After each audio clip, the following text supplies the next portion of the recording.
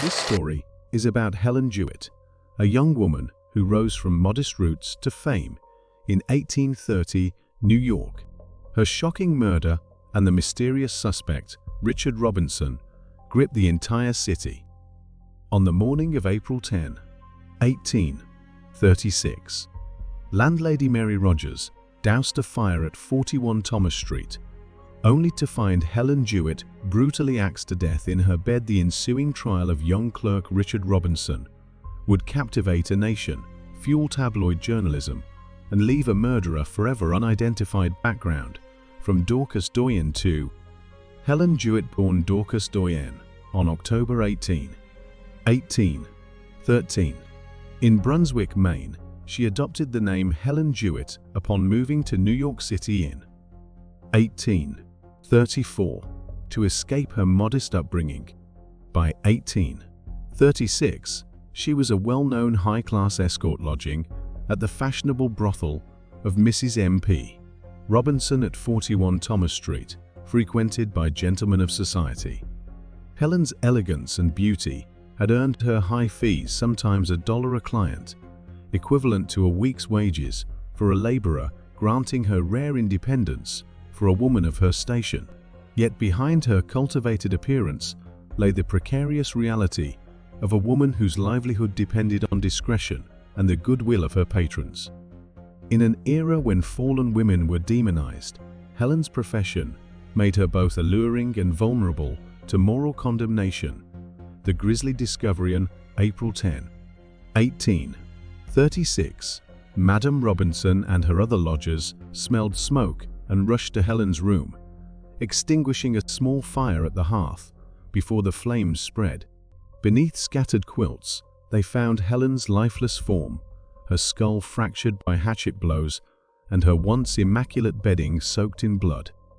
Witnesses later described a scene of horror: the mattress charred at one corner, singed papers, and a pool of crimson seeping through floorboards. As word spread, locals gathered outside the brothel's door, pressing in to glimpse the room, each newcomer trampling footprints that would forever blur forensic clues.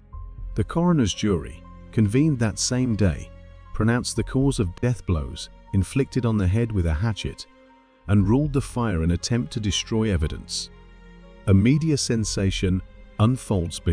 April 11 penny papers, such as the New York Sun and Courier and Inquirer, were printing front-page a most atrocious murder, complete with woodcut illustrations of the crime scene. James Gordon Bennett's New York Herald sent artist Alfred Hoffey to sketch Helen's lifeless form, then published a graphic first-hand account that read, "This extraordinary murder has created a sensation in this city never before felt or known." The Herald's rival, the Sun, sensationalized Helen herself, depicting her as both fair and engaging and dangerously licentious, fueling public fascination and moral outrage. Across New York, barbershops, taverns and drawing rooms echoed with rumors of secret love affairs, blackmail and vice, each paper seeking to out-scandalize the other. Critics later argued that the sensational coverage transformed Helen from a victim into a caricature, eroding sympathy in favor of prurient interest. The city was gripped by heated debate as citizens and officials alike demanded justice and accountability. Readers eagerly awaited each new edition, hoping for revelations that might shed light on the mysteries surrounding the tragedy. Editorials appeared condemning the press for its exploitation of human suffering, while at the same time propelling sales to unprecedented heights. Ultimately, the sensationalism sparked a broader conversation about the ethics of journalism and the public appetite for scandal. Investigation and arrest detective Jeremiah Donovan canvassed the brothel, conducting hurried interviews with lodgers who described hearing Helen shriek around midnight and seeing a young man rush from the scene. Richard Parmalee Robinson, a 19-year-old dry goods clerk and Helen's reported companion that evening, was quickly identified by witnesses and arrested at his boarding house on April 11. Mrs. Robinson, Helen's landlady, testified she saw Robinson exit Helen's room shortly before the fire. and that his clothing bore flecks of blood and soot. Under oath, Robinson maintained his innocence. "I left Miss Jewett alive and well. I am as pure and spotless as any gentleman here." Nevertheless, a coroner's inquest charged him with murder and arson. Bail was set at a staggering $6,000, and he was jailed in the Tombs prison awaiting trial. The public was captivated by the case, with newspapers providing daily updates and illustrations that fueled widespread fascination. The courtroom was packed with spectators eager to witness the proceedings, reflecting the intense public interest. Despite the circumstantial evidence, the jury returned a verdict of not guilty, leading to widespread debate and controversy. The trial at Merchants Hall. The trial of Richard Parmalee Robinson commenced on June 2, 1836, at Merchants Hall before Judge William Cann, drawing a packed courtroom buzzing with anticipation. Prosecutor Isaac Bartlett presented damning exhibits, including a table of bloody clothing, the broken hatchet, and Helen's blood-spattered bodice. Defense attorney Ogden Hoffman cautioned the jury against prejudice, asserting this prosecution rests on rumor and suspicion, not on proof beyond a reasonable doubt. The defense bolstered its case with witness alibis, placing Robinson miles away at the time of the murder, arguing that any blood on his coat could have resulted from sealing envelopes or assisting Helen after she fell ill. Despite intense testimony and satirical editorial cartoons depicting Robinson as a hapless scapegoat, the jury deliberated only 90 minutes before delivering a verdict of not guilty.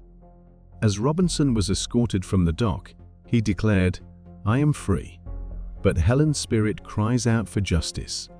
The trial's outcome ignited public outrage, with many believing that Robinson's acquittal was influenced by his social standing and connections. The case underscored the burgeoning power of the press, as newspapers like the New York Herald and the Sun sensationalized the events, shaping public opinion and setting precedents for future crime reporting.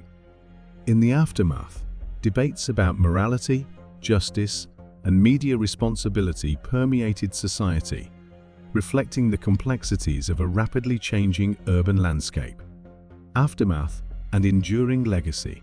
Following his acquittal, Robinson changed his name and left New York, reportedly moving west, yet rumors persisted that his departure was driven by guilt rather than relief. Helen Jewett's name became synonymous with tabloid excess. D. Appleton and Company published sensational pamphlets, reprinting trial transcripts and lurid speculation, alongside her salacious letters and poems. The case spotlighted the need for legal reforms, prompting calls for improved crime scene security, clearer rules on evidence preservation, and the controversial introduction of moral character assessments in prosecution. Feminist scholars later argued that Helen's portrayal as a fallen woman undermined sympathy, revealing Victorian biases that prioritized reputation over truth. Modern true crime writers continue to debate alternative suspects, from jealous lovers to criminal gangs, yet no conclusive evidence has ever surfaced. Cultural impact on American journalism. The sensational coverage of Helen Jewett's murder is widely regarded as the birth of American tabloid journalism, establishing techniques, bold headlines, illustrated scenes, moral commentary that newspapers still employ. James Gordon Bennett's aggressive reporting forced competitors, like the New York Sun, to adopt dramatic woodcuts and personal witness accounts to retain readership. This shift laid the groundwork for yellow journalism in the 1890s and influenced how newspapers covered later scandals, from the Lizzie Borden trial to the Jack the Ripper panic. The public's appetite for sensational news would shape American media for generations, blurring the line between fact and entertainment. Did Richard Robinson walk free because the evidence against him was flimsy, or because a powerful social bias eyed Helen Jewett as unworthy of justice? This murder, etched into New York's collective memory by blood, fire, and ink, beckons us still to question whose lives media chooses to humanize, and whose disappear